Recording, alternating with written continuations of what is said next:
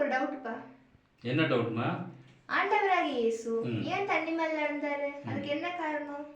ஆண்டவராகிய இயேசு தண்ணி மேல் நடக்கிறதுக்கு 2 காரணம் இருக்கு. ஒரு காரணம் என்ன அப்படின்னா, ஆண்டவராகிய இயேசுவை அவருடைய குடும்பத்தார்களும் சரி, அவரை பின்பற்றின சீஷர்கள் ஆனாலும் சரி, உடனே அவரை ஆண்டவராக பார்க்கல. ஒரு சாதாரண ஒரு மனுஷனாக தான் அவங்க பார்த்துட்டு இருந்தாங்க. அப்போ ஆண்டவராக இயேசு கிறிஸ்து தன்னை ஒரு தேவனாக, ஒரு இரட்சகராக, அவர்கள் எதிர்பார்த்த ஒரு மேசியாவாக அவர்கள் தன்னை விசுவாசிக்கணும் அப்படின்னு சொல்லி பெரிய அற்புதங்களை என்ன பண்ணுறாருன்னா அவங்க நடுவே செய்கிறார். அதில் இந்த முக்கியமான இந்த அற்புதம், இந்த தண்ணி மேலே நடக்கிறது ஒரு முக்கியத்துவம் வாய்ந்த ஒரு அற்புதமாக கருதப்படுகிறது. ஏன்னா எந்த மனுஷனும், சாதாரண மனுஷனும் தண்ணி மேலே நடந்ததாக சரித்திரத்தில் இல்லையே, கிடையவே கிடையாது. அப்போ ஆண்டவராக இயேசு கிறிஸ்து அந்த ஒரு காரியத்தை செய்வதன் மூலமாக, தண்ணி மேலே நடக்கிறதன் மூலமாக, நடந்து வருவதன் மூலமாக அவர்கள் தன்னை விசுவாசிக்கணும், தன்னை ஆண்டவராக விசுவாசிக்கணுன்றதுக்காக அவர் தண்ணி மேலே நடக்கிறார். ஆமாம், அந்த அந்த இடத்துல நான் பார்க்க முடியும்.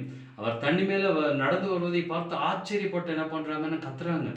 ஏன்னா அது ஒரு ஒரு ஜீரணிக்க முடியாத ஒரு காரியம், சாதாரண ஒரு மனிதனால் செய்ய முடியாத ஒரு காரியம். அதனால அவங்க பார்த்து கத்துறாங்க. அப்புறம் ஆண்டவர் சொல்றது நான் தான் அப்படின்றார்.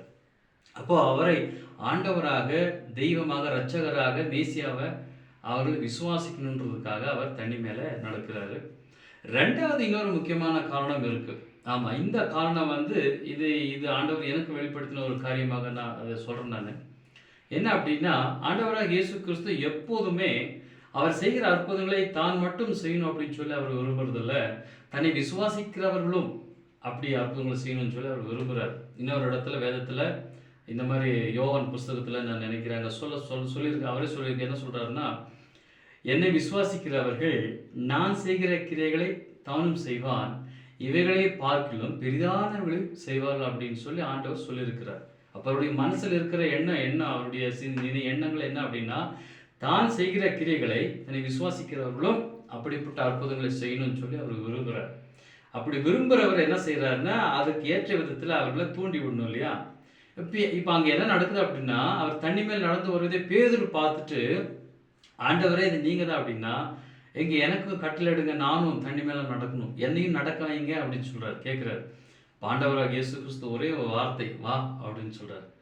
இவர் என்ன பண்ணுறாருன்னா, படகுல இருந்து பேதுரு இறங்கி தண்ணி மேலே என்ன பண்ணுறாரு, நடக்க ஆரம்பிக்கிறார். பாதி தூரம் நடந்துடுறாரு. ஆமாம், அது சூப்பர் நேச்சுரல் தானே, அது சாதாரண விஷயம் கிடையாது. அப்போ ஆண்டவராக இயேசு கிறிஸ்துனுடைய உள்ளம் எப்படி சந்தோஷப்பட்டுருங்க, நான் நினைச்ச மாதிரியே நடக்குது, என்ன போலவே இவங்க சூப்பர் நேச்சுரல் காரியம் அசாதாரணமாக காரியம் செய்கிறாங்க, அற்புதத்தை செய்கிறாங்க அப்படின்னு சொல்லி அவர் எவ்வளோ சந்தோஷப்பட்டிருப்பார். இப்போ பாதி தூரம் போனவர் என்ன பண்ணுறாருன்னா மூழ்கிடுறாரு பயத்தில். உடனே ஆண்டவர் கை கொடுத்து, ஏன் விசுவாசத்தை நீ விட்டுட்ட, ஏன் அவிசுவாசியா ஒரு நிமிஷத்தில் மாறிட்டே அப்படின்னு சொல்லி அவர் கை தூக்கி எழுப்பி விடுறாரு. அப்போ என்ன அப்படின்னு இதுலேருந்து என்ன புரியுது அப்படின்னா, இயேசு கிறிஸ்து ஏன் தண்ணி மேல் நடக்கிறாரு, ஏன் அவர்களுக்கு முன்பாக இப்படிப்பட்ட காரியத்தை செய்கிறார் அப்படின்னா, என்னை விசுவாசிக்கிற நீங்களும் இப்படிப்பட்ட பெரிய